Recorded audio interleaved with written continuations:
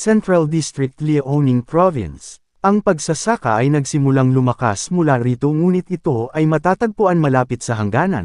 Ang mga taong atresado sa kultura ay may kakaibang pakiramdam ng kababaan sa kanilang sarili. Gayunpaman, dahil sa kanilang magaspang na ugali, sa bawat tunggalian na kanilang nasasangkot, wala sa mga paksayo ng minamaliit ang lalawigan ng Liaoning. Bronze-Blag Oracon Suao, bilang parangal sa matitinding labanan.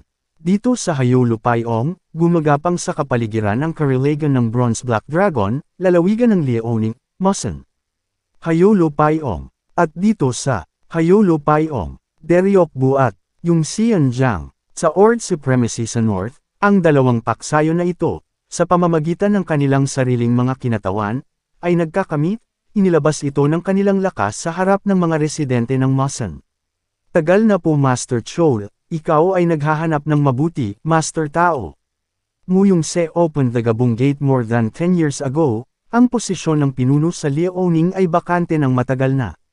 Ngayon, ako, ang 10,000 espada ang kukuha ng supremacy ng Liaoning Province sa pamamagitan ng paggamit ng Deryokbu bilang aking stepping stone. Ang pinuno ni Yongxianjiang. 10,000 espada Chol Hosim. Ang pinuno ni Deryokbu, sayaw ng malakas na hangin Manjok Sang. Kailangan ba nating palitan ang napakaraming salita? Sa nakaraan, ang gitnang distrito at Goryeo ay nakipaglaban sa kanilang mga pagkulot ng dugo at hindi nasusukat na dugo at luha ang damanak. At ngayon ay kalat ko ang parehong lupa ni Hayolupayong ng dugo ni Yongxianjiang. Ang matandang pulubi na ito ay namumuhay ng marangyang buhay ngayon, sabi nila ang mga pinuno ng Deryokbu at Yongxianjiang ang pinakamagaling sa rehiyon, sila ay tiyak na namumuhay ayon sa kanilang reputasyon, sulit na tumakbo ng 1,000 milya upang makarating dito matapos marinig na ang dalawang ito ay bumababa sa negosyo. Walang kapantay na puwersa ng Masterman, at Dragon Sword ni Master Chol. Ngayon kung sino yung lalabas sa taas. Public Elder, Iron Man na si Hong Mugyu. Wala nang mas nakakaaliw pa sa panunood ng iba na nag-aaway, mabuti. Ang resulta ng laban sa ating pampublikong datos. Ako ay hukid sa kung paano ang laban ay nangyayari, still ipinagmamalaki ko ang aking sarili bilang isang malakas, mapagmasid na tao, pero hindi ko napansin kung gaano siya kalapit hanggang ngayon. Ano ito? Bakit I'm feeling so uneasy right wow? Matanda na ba ako? Paano sa mundo? Dragon Sword, Mat Chess Force, ang puwersa ng Central District, ganito ba? Kaya ko nasiyahan dito kung ito ay nasa ilalim ng normal na mga pangyayari ngunit, damn it, medyo, kung may konting oras pa ako, ang aking munting anak na babae, ganito ba, ang tagal kong naiwan. Tahimik, ang matinding katahimikan tama ang pakiramdam ko sa kanya, kung siya ay isang tao, ito ay isang given na siya ay may ilang kalakasan sa kanya, ngunit ang taong iyon ay parang wala siyang laman sa simula. Darating ang aking inapo, tingnan dito, teka, hinawakan niya lang yun gamit yung kamay niya. Paano ako magkakaroon ng puwersang tulad nito sa mundo? Ano ang ibig sabihin ng puwersang iyon na naglalayong patungo sa isang tao? Wow wait, ano ang ibig mong sabihin sa mga huling salitang iyon? Anong lahi? Tingnan mo dito, Kabanata 1, Goryeo, Nanbrim Mountains, napakagandang araw. Ang sarap din ng hangin, maganda ang buhay, sayo, umabot ka na naman dyan. Umaakyat ka pa rin doon kahit nasabi ko na sa iyo kung gaano ito kadelikado, Nuna. Gusto mo din sumaya, hindi ako makaakyat sa matataas na lugar tulad ng mga iyon, ikaw lang siguro sa baryo namin ang nakakaakyat sa punong yan. I really think magugustuhan mo ang view ng langit mula dito, ito ay freaking awesome kung paano ito hitsura mula dito, ayos lang ako, kaya bumaba ka na lang, dapat dumating si Joksan ngayon, kaya dumiretso na tayo sa bahay ko, sabay tayo mag-lunch. Gusto mo ba talagang saktan ang sarili mo sa pagtalo ng ganyan? Wala akong pakialam, ikaw pa rin ang bahala sa mga sugat ko. Nanbrim Mountain, Gang Village, sayo, mature ka na ngayon, pero parang ang layo pa niyan, ha, bakit ang nandito na naman ang batang lalaki na ito? Walang iya talaga siya. Hindi ko alam kung bakit dito siya nakatira sa village namin ng Gang kung galing siya sa Dan Clan. Wow, bagay ang mga taong ito.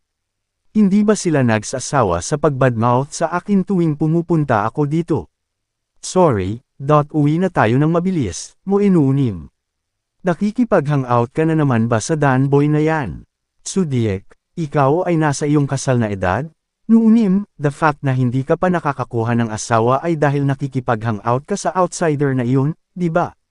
Magsalita ka para sa sarili mo gang Zodiac, hindi ka man lang nakakapagtae at umihi mag-isa hanggang sa ikaw ay 8 taong gulang, hindi ba dapat mas alagaan mo ang sarili mo kung gusto mong magpakasal? Anong sabi mo bastard? Gusto mong makilala ang iyong ama sa kabilang buhay. Nabalitaan ko na ang iyong ama ay isang deserter, how dare a deserter's kid magsalita ng ganyan? At mas matanda ako sa iyo ng 1 taon, okay. Instead of calling me Hang Nim, anong sabi mo kanina lang? Gang Zodiac Hang Nim, Gang, Jok-san. Pitawan mo ako, bastos ka. Hang Nim, nakaharang ka sa makipot na daan, kaya hindi ako makadaan. Mangyaring ilipat ito, Jok-san, ibaba mo siya dali. Hindi ka pwedeng gumamit ng dahas.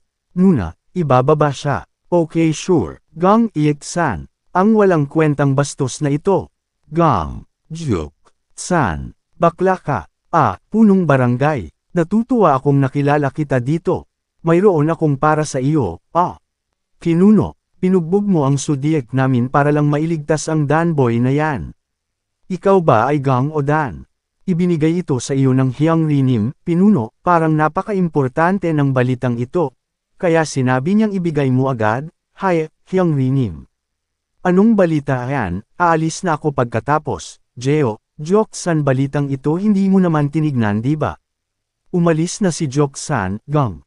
Jok-san. Kung patuloy kang kumilos ng ganito dahil sa danboy, sisipain kita sa Gang clan, Gang Jok-san. Kumalma ka chief, uminahon ka. Kung ayaw mong makitang mamatay ang matandang babaeng ito, habulin mo ang danboy dali. Dan sa you, Jok-san those damn brats. Jok-san nagugutom ako.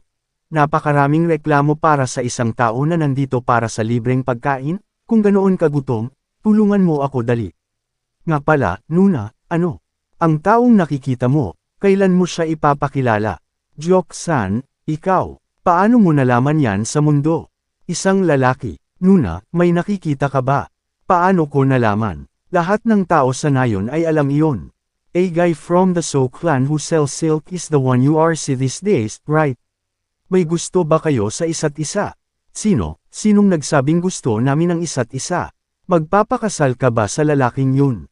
Street tumigil ka. Ang totoo, may nakikita ako pero, malayo ang tinutuluyan niya sa village natin kaya hindi kami madalas magkita, hindi pa sapat ang usapan namin para magkakilala ng mabuti, kaya mabagal ang takbo ng lahat. Huwag kang mag-alala, I did my research on him and it seems na masipag siya at may magandang reputasyon sa pangkalahatan, mukha naman siyang mabuting tao. Kung gusto mo siya, handa akong ibigay sa'yo, saglit lang, maghintay tayo saglit.